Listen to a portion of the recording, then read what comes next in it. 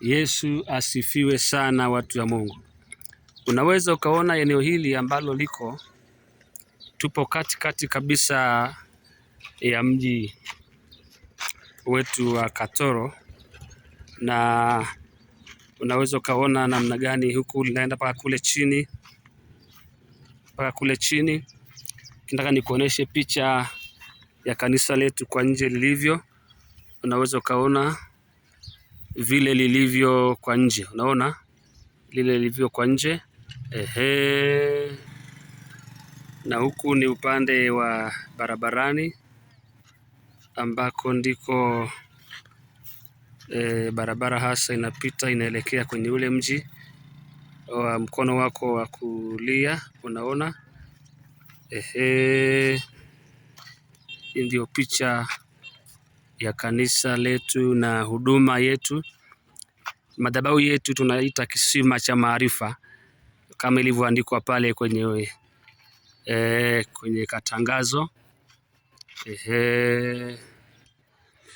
Na hapa tuko kanisani kwa ndani.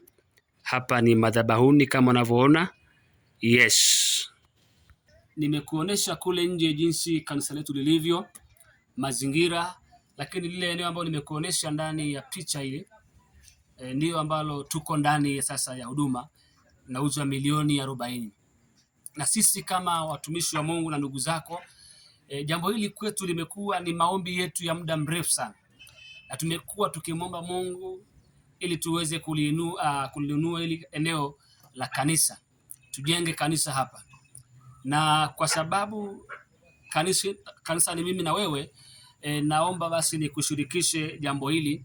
Chochote kile ambacho unaweza kupata, eneo hili linauzwa milioni 40. Karibu kwa dhabihu yako ili uweze kufanya jambo pamoja nasi, tuweze kununua eneo hili, tumjengee Bwana nyumba ya ibada mahali hapa.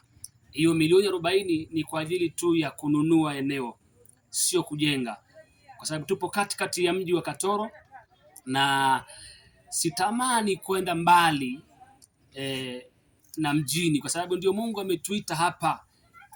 Sasa tukakae porini kwa waganga, kwa nani? Kwa nini kanisa likawe kule wakati neema ya kukaa hapa ipo? Nami naamini kwa maombi yako na kwa dhabihu yako mahali hapa tutapamiliki. Niseme Mungu akubariki. Karibu sana kwa dhabihu yako, na kwa namba zetu ni 0754464824. Narudia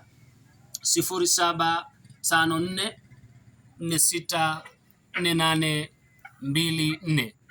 Naitwa Mchungaji Mdimi, na Mungu wa mbinguni akubariki. Karibu uweze kushiriki kwa sadaka yako na maombi yako, na Mungu wa mbinguni akubariki.